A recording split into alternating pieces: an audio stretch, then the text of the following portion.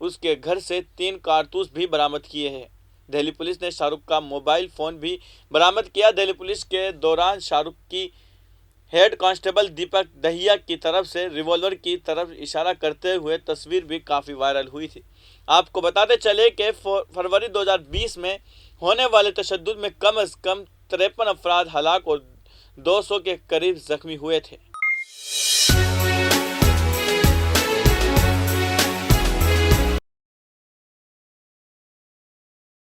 اب رخ کرتے ہیں اگلی خبر کی طرف۔ بہار کے شہر گیا میں ایک کربلا ہے جو ہندو اور مسلمان کے اتحاد کو ظاہر کرتا ہے، جس کی کہانی سن 1797 سے شروع ہوئی ہے۔ کربلا کے خادم سید شبیر عالم کے مطابق خون آلودہ مٹی کو کربلا سے لا کر ایک خاتون نے گیا میں دفن کیا تھا۔ یہ سب ایک خواب پر منحصر ہے اور اسی کی بنیاد پر گیا میں کربلا کی تعمیر ایک ہندو گھرانے نے کرائی تھی۔ یہ ریاست بہار کا قدیم اور سب سے بڑا کربلا ہے۔ کربلا کے نگران شبیر عالم کے مطابق اس کربلا کے بنانے کی کہانی ایک خاتون کے خواب سے جڑی ہے جسے ہندو خاندان نے مکمل کی، یعنی کربلا کے لیے زمین وقف کی اور پھر اس پر کربلا کی تعمیر بھی کروائی۔ دراصل گیا بہار کا مذہبی شہر ہے۔ یہ ہندو، مسلم اور بدھ سمیت کئی مذاہب کا مرکز عقیدت ہے۔ اس شہر کی ایک اور خاصیت یہ ہے کہ یہاں فرقہ وارانہ ہم آہنگی کی ایک نہیں سینکڑوں مثالیں چلتی پھرتی مل جائیں گی۔ ان میں سے ایک بہترین مثال گیا کا کربلا ہے۔ گیا کے کربلے کی تاریخ کے حوالے سے یہاں کے خادم ڈاکٹر سید شبیر عالم بتاتے ہیں کہ انہوں نے اپنے آباء و اجداد اور مورخین سے سنا ہے کہ زینت بی بی نامی خاتون نے خواب دیکھا تھا کہ جس مٹی پر حضرت حسین رضی اللہ عنہ کو شہید کیا گیا تھا، وہی خون میں لت پت مٹی انہوں نے بغداد کربلا سے لا کر بھارت میں ایک جگہ دفن کی ہے۔ اس خواب کے بعد ایک دن راستے سے گزرتے ہوئے جب زینت اس جگہ کی تلاش میں گیا سے گزر رہی تھی تو ان کی نظر اقبال نگر کے قریب رام شیلا پہاڑ کے دامن پر پڑی، جس کے سامنے سے فلگو ندی کا گزر ہے، جہاں 2 پہاڑیوں کے درمیان ایک اونچی جگہ ہے جس کے کنارے ندی بہتی ہے، جو بالکل خون کی شکل کی طرح اس وقت تھی۔ خواب کی جگہ ڈھونڈنے کے بعد وہ گیا کے ہری پرساد اور بلونت پرساد کے گھر پہنچی اور اس واقعے کا ذکر کیا۔ جب ہر پرساد کے گھرانے کو اس معاملے کا علم ہوا تو انہوں نے یہاں کربلا بنوایا۔ اس کی دیکھ بھال کی ذمہ داری ڈاکٹر سید شبیر عالم قادری کے آباء و اجداد کو سونپی گئی۔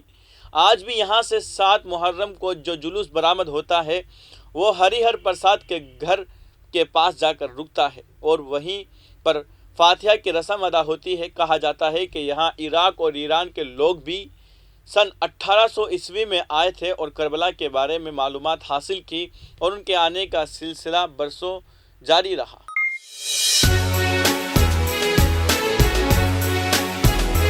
اب رخ کرتے ہیں اگلی خبر کی طرف۔ عراقی مظاہرین نے ایک بار پھر بااثر شیعہ رہنما مقتدی الصدر کی حمایت کے اظہار میں دارالحکومت بغداد کے گرین زون کی طرف جانے والی تمام رکاوٹوں کو توڑ کر عراقی پارلیمنٹ میں داخل ہو گئے ہیں اور نئے وزیر اعظم کی نامزدگی کے لیے ہونے والے اجلاس کو معطل کر دیا۔ ہفتے کی صبح مظاہرین گرین زون علاقے کے اطراف میں لگائی گئی تمام بڑی رکاوٹوں پر چڑھ گئے، جس رکاوٹوں کے ذریعے سرکاری عمارتوں اور غیر ملکی سفارت خانوں کو تحفظ فراہم کیا جاتا ہے۔ مظاہرین کو منتشر کرنے اور انہیں گرین زون علاقے سے دور رکھنے کے لیے سیکورٹی فورسز نے آنسو گیس کے گولے بھی داغے، جس میں کئی مظاہرین زخمی بھی ہوئے، لیکن وہ پیچھے ہٹنے کو تیار نہیں ہیں۔ وزیر اعظم مصطفیٰ الکاظمی کے میڈیا آفس سے نے ایک بیان جاری کیا جس میں سیکورٹی افسران سے مطالبہ کیا گیا ہے کہ وہ ریاستی اداروں کے تحفظ کی ضمانت دیں۔ اس سے قبل بدھ کے روز جب ایک بڑا ہجوم پارلیمنٹ کی عمارت کے قریب جمع ہو گیا تھا تو سیکورٹی فورسز نے پیچھے ہٹ کر بڑے ہجوم کو بغیر کسی رکاوٹ کے پارلیمنٹ میں داخل ہونے دیا۔ مظاہرین ایک سابق وزیر اور سابق صوبائی گورنر محمد شیعہ السوڈانی کی امیدواری کی مخالفت کر رہے ہیں، جو ایران کے حامی رابطہ کاری فریم روک کے وزیر اعظم کے عہدے کے لیے نامزد کیے گئے ہیں۔ السوڈانی کو وزیر اعظم کے عہدے کے لیے ووٹنگ ہفتے کے روز ہونا تھی، لیکن بدھ کے واقعات کے بعد اجلاس ملتوی کر دیا گیا تھا۔ لیکن مظاہرین ہفتے کے روز ایک بار پھر جمع ہوئے کیونکہ انہیں پارلیمنٹ پر اعتماد نہیں تھا۔ مظاہرین کا کہنا ہے کہ پارلیمانی کارروائی معطل ہونے کا مطلب یہ نہیں ہے کہ ووٹنگ بند دروازوں کے پیچھے نہیں چل سکتی۔ مظاہرین میں ایک حیدر نے کہا کہ ہم یہاں ایک انقلاب کے لیے آئے ہیں، ہم بدعنوانی نہیں چاہتے، ہم نہیں چاہتے کہ وہ لوگ واپس آئے جو 2003 سے اقتدار میں ہیں، انہوں نے صرف ہمیں نقصان پہنچایا ہے۔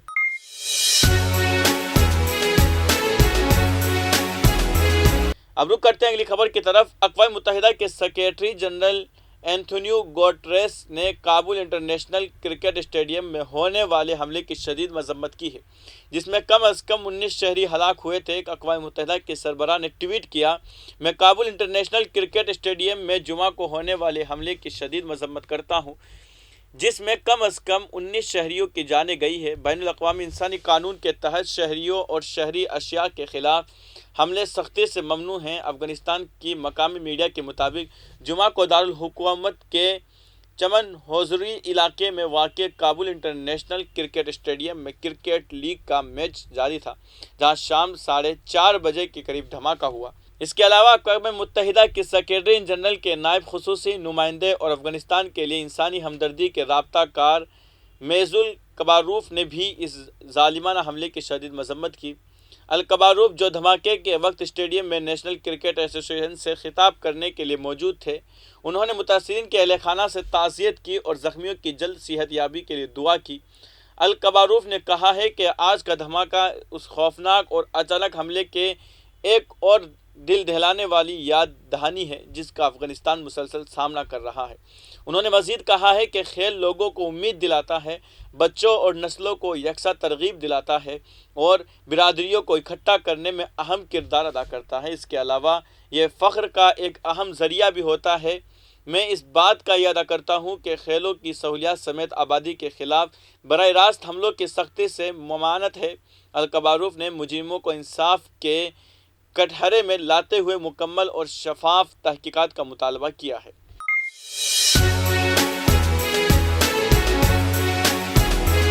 اب رخ کرتے ہیں اگلی خبر کی طرف۔ پاکستان کی خصوصی عدالت نے ہفتے کے روز وزیر اعظم شہباز شریف اور ان کے صاحبزادے حمزہ شہباز کو 16 ارب روپے کی منی لانڈرنگ کیس میں فرد جرم عائد کرنے کے لیے 7 ستمبر کو طلب کر لیا۔